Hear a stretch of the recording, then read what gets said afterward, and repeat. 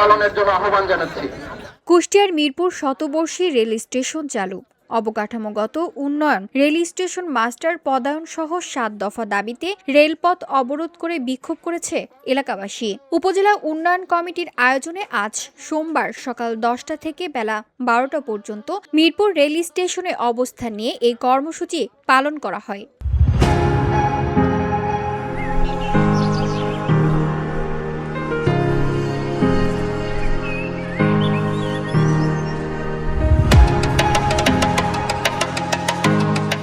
অবরোধের কারণে খুলনা রাজশাহী ঢাকাগামী দুটি ট্রেন আটকা পড়ে, ফলে খুলনার সাথে সারা দেশের ট্রেন চলাচলের শিডিউল বিপর্যয় ঘটে। এতে হাজার হাজার যাত্রী চরম দুর্ভোগে পড়েন। বিক্ষোভকারীরা জানান, শতবর্ষী মিরপুর স্টেশনটি চালু ও নির্মাণের পর থেকে উল্লেখযোগ্য কোনো সংস্কার হয়নি।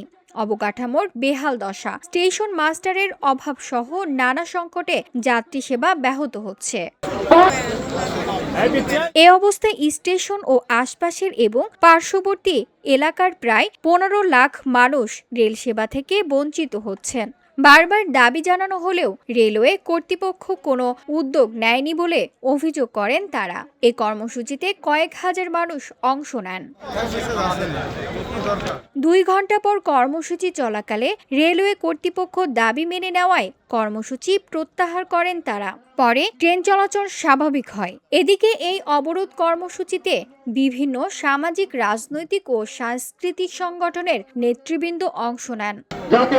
অসংখ্য ধন্যবাদ। VOD Bangla news desk. জননেতা জনাব আব্দুল গফুর।